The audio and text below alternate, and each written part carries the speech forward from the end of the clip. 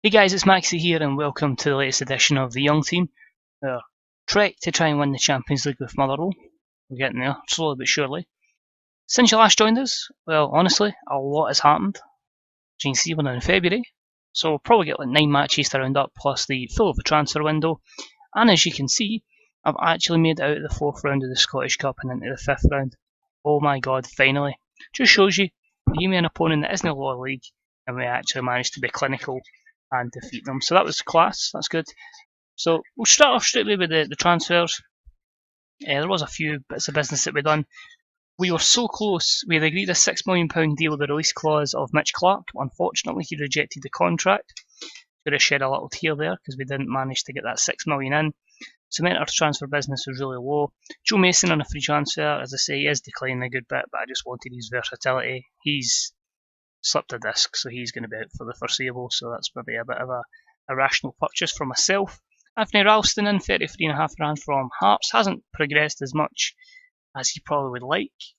I know a couple of Celtic fans in real life are not particularly fans of him, so expect him to probably depart eventually. But it has to be said, in previous FMs, he's somebody I've been able to rely on. And I just felt at right back, I needed a bit more cover. I know Richard Tate's there, but he's predominantly going to cover both sides. But because of the magnitude of the matches we're playing, our fullbacks do get very fatigued in this system. So the opportunity to bring in someone that I knew in FM I could trust certainly was the reason for Anthony Ralston coming in. And Dmitry Milosevic came in from somewhere in Slovenia, I believe, from Budućnost. Just a new gem was recommended to us by, Montenegro he's from, but just a new gem was recommended to us, 18, can play right back, centre back, and DM as well. Good heading, good marking, good tackling. So I actually think he's got a lot of potential to be a pretty damn good centre back. That's why I brought him in. He's young enough, we can retrain him. A couple of good mentals. Physicals are okay, not great, but he can work on that. Yeah, just a good bit of business and potential for the future. 4-star, I believe. Also, just as I accidentally clicked on that club screen, and get back to it. Okay, I'm not going to let me see it, so we'll just go here. David Turnbull's a legend already. I haven't even won anything, and David Turnbull is legend. And we've got Greg Taylor in favourite personnel. I just thought it was interesting when I saw that quite recently. But yeah, he's in there, so that's cool. So, since you last joined us, way back there, all those matches have taken place. Let's run through them, shall we? Very, very quickly. So, started off home here. Brilliant. Ryan Porteous, Josh Ginnelly, and a first senior goal for Marco Filgenhoa on loan from Mainz gave us a good victory there. This was followed up with a fantastic win away to Aberdeen. If it just lets me select that one on its own, you can see there taking an early double from Middleton and Farquhar. Dunn made it 3-0. Sam Byram made it 3-1. A bit of nerves when Tierno Ballo made it 3-2. Eamon Brophy does what he does best, scores goals, made it 4-2 before Andrea Vigili made it 4-3 in the latter stages. Trip to Hibs was shite, we were terrible, we were very poor, we were awful, and that game saw us lose 3-0. Goals from Derek Williams, Kyle McGuinness and Florian Camberry with the goals. Glenn Middleton sent off. Not the first time he's been sent off, as you'll see. We just struggle badly against Hibs. I don't know what it is, but Hibs just destroy us every time. It's one team I'm just not comfortable playing, and I would consider a bogey team. After Hibs, we went to take on Dundee United, a nice 1-0 win through Chris Cadden, and the winter break was greeted by a poor 1-1 draw against St Mirren. Felgenhauer scoring again for us, or Felgenhauer, or however you want to pronounce it, and Sam Cosgrove. So a bit disappointing that we lost. We didn't lose it, we didn't win it, but it felt like a loss. Good 3-0 win against Anderlecht, and somehow a 6-0 win with David Turnbull hat-trick against Villeneuve. That was class. Before being greeted on a return to action with Ayr in the Scottish Cup 4th round. 2-0 win, perfect. Good to get run-outs as well for Turnbull, Ralston and Mason. There was goals from Jordan Stevens, who was in at right mid due to the absence of Chris Cadden, and Glenn Middleton made it 2-0. Perfect. Celtic at home, just beaten by the better team. Goals from Ibo Sissoko and Kevin Ebenhoch. This new gen they've got that looks absolutely incredible. In fact, I'll just show you. Wonder kid, he's going to be a star. So great that he's at Celtic, fantastic. They're going to get even more money. Of course, as you saw there, Glenn Middleton sent off. Interesting note about Celtic, Jaap Stam left. He is away to Chelsea. Who has taken the Celtic job, you ask? Well, they offered me it. I had the interview with him. I just done it just to kind of get a wee nosy if I could have, offered the job and maybe stalled them out to affect their season. That was the aim. Maybe ask for a bit more of a transfer budget. So I know how much they've got, 22 million, and that was before they sold Marianne Chaved for 25. So an awful lot of money at Celtic, far greater than the resources we have at Motherwell. And their new manager, Jose Mourinho. Great. Try to win the league here, try to win the Champions League here. I've got Celtic with Jose. Fantastic. So we pretty much need to be consistent against everyone else. Raith Rovers, good 2-0 win, goals from Greg Taylor and Eamon Brophy. Again, just giving the likes of Stevens and Ralston some game time, which was good. Trip to a home match against Hearts. Very tricky opponent, but goals from Chris Cadden and a double from Eamon Brophy. In between that double was a superb strike by former Celtic kid, Barry Coffey, with a fantastic drive. And then the last two games have been pretty poor. Away to Dundee, we pushed and pushed for a winner in this one. See, we took lead early from Middleton. Jack Waddle scored after I think it was Brophy missed a penalty, that's what it was. And then, of course, they get a penalty, and Jordan Abita makes it 2-1 to them. And against St Johnstone, poor goal to concede against them with Bruce Anderson scoring. Mitch Clark got it to 1-1. We pushed and pushed. Gianelli, Stevens, Turnbull, every possible creative option we could, but we could not find a winner. So it leaves the table looking like that. Celtic have an 8-point gap. We are 8 points behind Rangers. We're so close to catching them. And the last couple of results have just been poor. Just behind us, you've got Hearts, Hibs, and Aberdeen. So I'd like to hope that 14-point cushion we won't make an arse of it, and we'll be in the top 6. So hopefully we just can be consistent, make sure we finish in Europe. I think catching Rangers is maybe a long shot, but you never know. And it's going to be an interesting battle between St Mirren and Ayr to see who goes down, who gets the relegation playoff, and if any of the likes of St Johnstone and Raith can be dragged into it. Good to see as well. Eamon Brophy was the top goal scorer, and I give you an idea how good Chaved was. Highest average rating, higher play of the match awards, and most assists.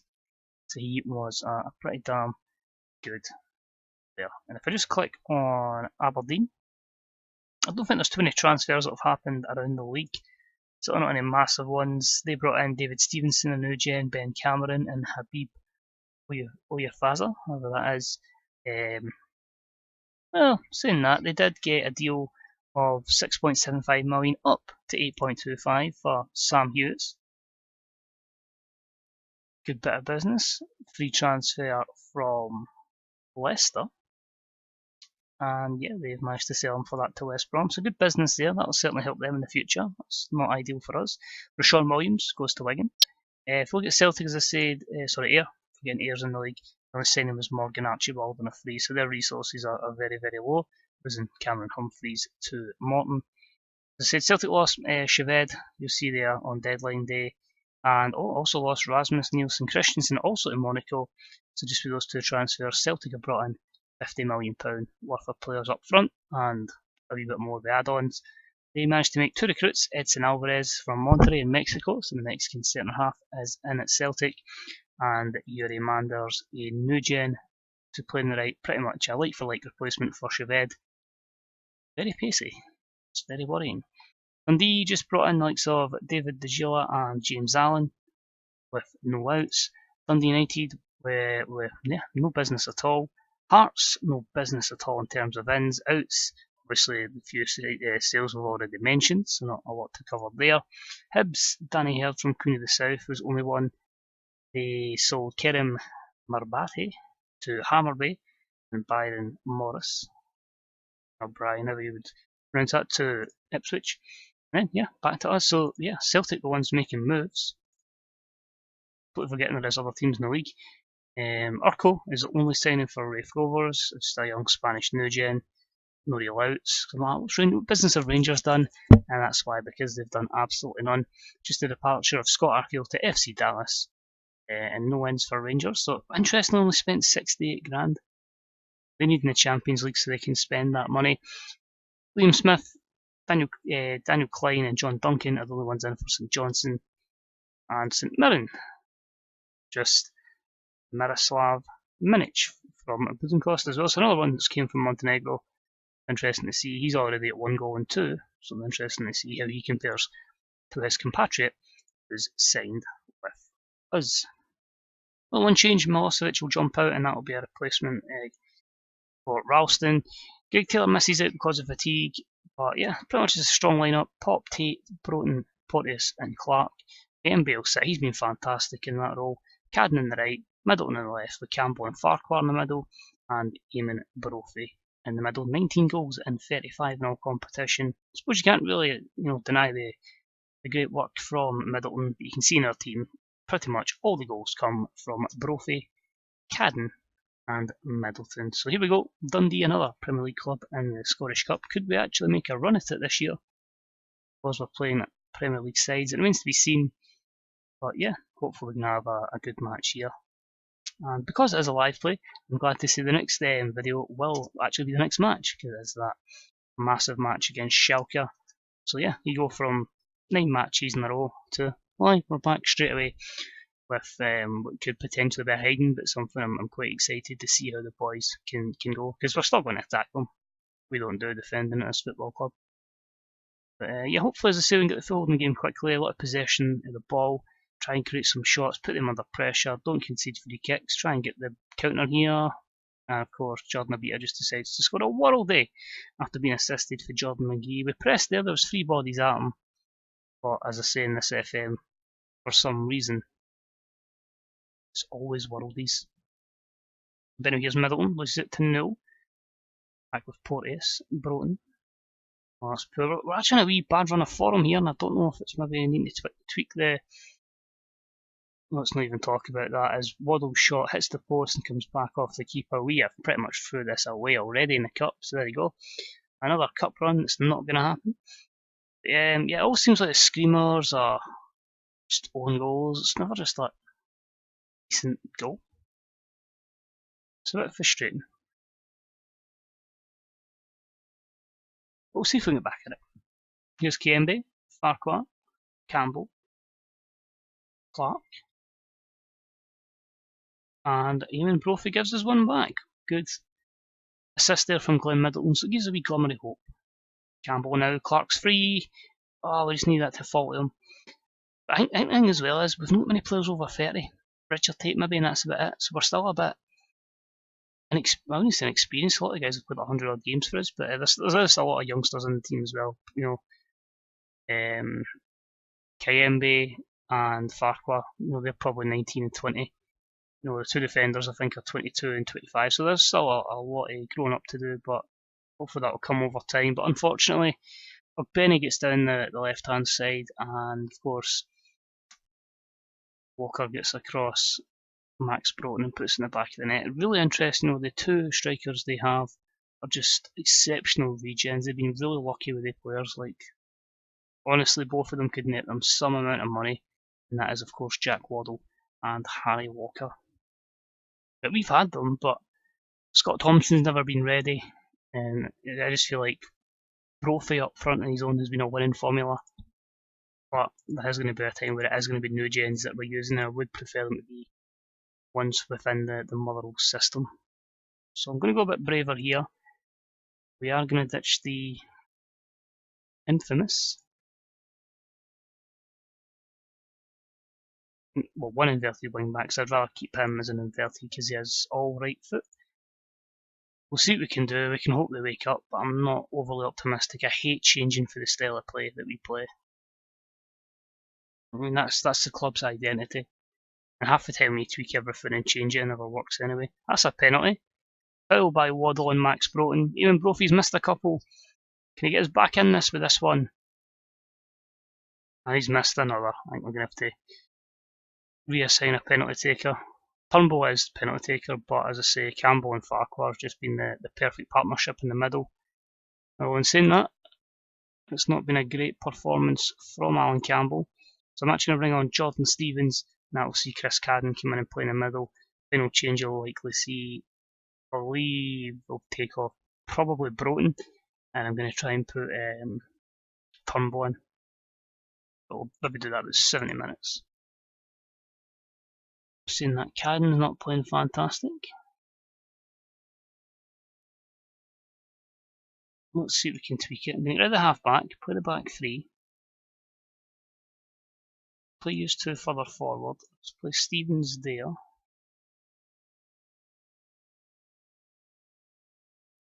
It's going to be Middleton that gets sacked. No, not necessarily.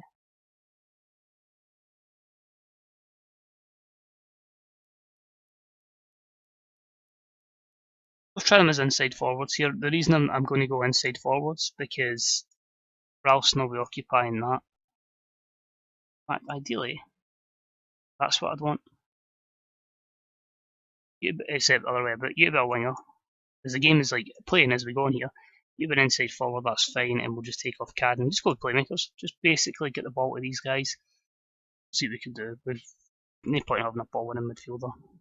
I can't afford to have that kind of player, and we need to just go for it. We need to be dominating possession, and we need to be taking risks and gambling going forward. So hopefully this leads to something. Farquhar. And of course, we should be hopefully a bit more secure with 3 at the back, but you never know in FM, it could horribly come back to haunt you. We have chances, we just don't seem to take as many as I'd quite like. I don't want to go very attacking just yet either. But as a cup tie, so sooner rather than later you kind of need to go for it. Push forward, very attacking, let's go for it. 12 minutes to save our asses in the cup here.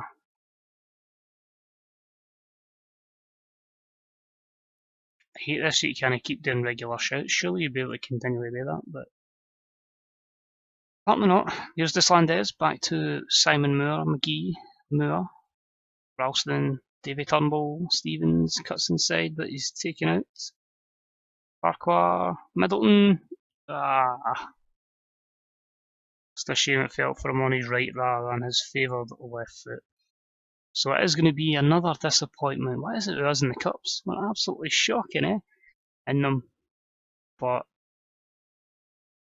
at least it means, for the players' sake, we're going to have a bit of, a couple of rests for probably vital league games when maybe like Rangers, Aberdeen, Hibs, Hearts are going to be competing in the latter stages. So disappointment here, not good enough. And a real wake-up call needed before, well, let's be honest, 3 vital games in the space of 8 days. Schalke away, Rangers away, and then Schalke at home in the Europa League. So we just need to hope that as big teams that are in the cup, so we're more likely to make sure we get in the groups of the Europa, if not more. It's bummed me out, that. Just a poor result. But, playing 36 games, 40 games you could say.